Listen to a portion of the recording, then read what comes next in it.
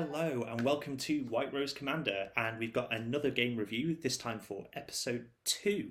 So if you've not watched that episode, press pause now, go take a look at it, and come back because a lot of what we're going to be discussing right now involves what happened in that game. So go pause it and come back. As you'll have seen, game 2 went very quickly, and to review it, really, it all comes down to one card, and that was Katilda, Caller of the Small. Now, this was a brand new addition to my Katilda deck, and it turned out to be the MVP. And you'll have seen in the episode, actually, there's quite a lot of discussion right back at the start when I played Call of the Coppercoats on turn 4. Now, usually when I've played Call of the Coppercoats before, it's for something like 10 creatures, or, and then you can strive and get however many creatures are on the entire battlefield. And I thought, I'd never played it in this way before, but I think that was the turning point, because from then on in, I could just amass these bunnies. And the guys really didn't have a chance to catch up. I mean, it didn't help that Jack was mana screwed in a landfall deck, obviously showing that we don't plan these games in advance. And then I was lucky enough to have Beastmaster's Ascension in my hand and 7 creatures on the battlefield that could tap and attack, and then Overwhelming Stampede. Now, Overwhelming Stampede is the way I love to finish off games, and I'm so glad we got it on camera. But I think really it's quite hard to review or discuss this game because everything just kind of worked how I wanted it to. Obviously, it would have been great if Jack could have been more involved in the game, but really I was just out of the gate so quickly, and things like Prosperous Innkeeper, I was gaining all this incremental life with all my tokens as well. I realised, having watched the video, we missed a Katilda trigger for gaining the life.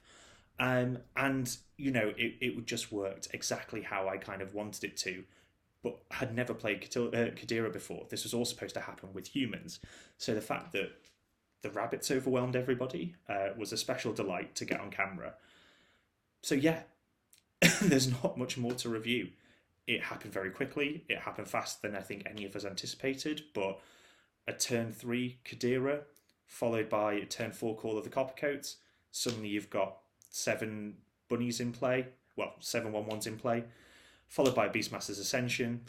Swing them all, you get more bunnies, Overwhelming Stampede. It just becomes clockwork, and it's exactly the type of magic I love to see. So I hope you enjoyed it too. So we can now talk about the winning deck and what went into its building. Today I'm going to be talking about my Katilda deck, Dawnhart Prime. Now, the most important thing to note on this is its protection. No, it's not about the protection from werewolves at all. This was actually just a very generic Selesnya deck. It's all about small creatures, +1/+1 tokens, a minor sub-theme of gaining life, and then hopefully pulling off something like Overwhelming Stampede, which, if you've watched the video, which you should have, managed to pan out perfectly. But let's talk about some of the cards. If you've already watched our discussion video, you'll notice that Katilda was the MVP of the game, but she does exactly what I planned the deck to do, which is produce small creatures, make them larger, and hit people in the face. With, the combination of things like Beastmaster's Ascension, Overwhelming Stampede, that makes life a lot easier. But what else is in the deck? Well, like I say, there's a small life gain theme. So I have things like Prosperous Innkeeper, which you saw in the video, but I've also got cards like Soul's Attendant and Lunarch Veteran as well. So this is just minor life gain that hopefully over time I just kind of can whittle down my opponents as I'm producing more and more creatures. But how do I produce these creatures? Well, I was hoping to go down a human, predominantly human token theme, just because Katilda allows them to tap for mana, because who doesn't love mana dogs? I know I do. So in the deck as well, I've got cards like Adeline, who allows me to create, whenever I attack for each opponent, create a 1/1 white human creature token, taps and attacking. Obviously, some of them might die in blocking, but it just creates more and more humans, more and more mana dogs each turn to allow for bigger and bigger plays. I also have cards like Increasing Devotion, because who doesn't love getting 5 human tokens, but who loves even more getting 10 after you've done that.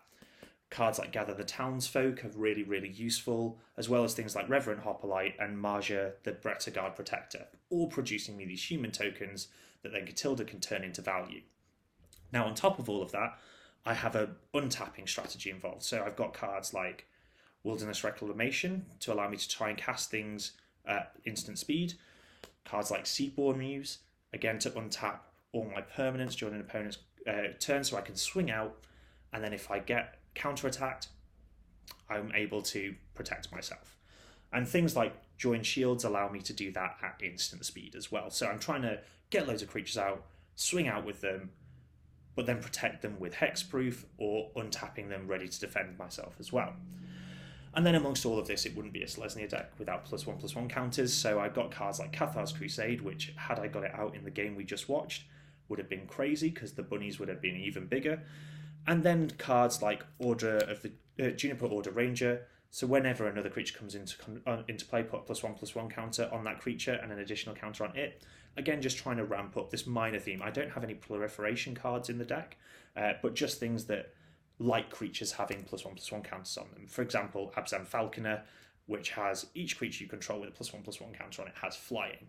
So all of this deck is about going wide very quickly, using the creatures to create more mana to go even wider, and then swinging out either in the air with something like Abzan Falconer, or pulling off what you saw in the gameplay video, which is actually Overwhelming Stampede for the win.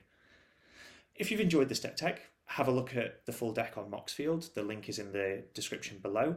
And feel free to like, comment and subscribe about the deck itself, about the gameplay video. We really would love any feedback you've got as we start to develop this channel further. So keep us posted. Let us know how you find the videos, what we could improve, what we could change, what you loved about them. I mean, who doesn't love Killer Bunnies on episode 2, right? But thank you very much for watching, and we hope to see you next time.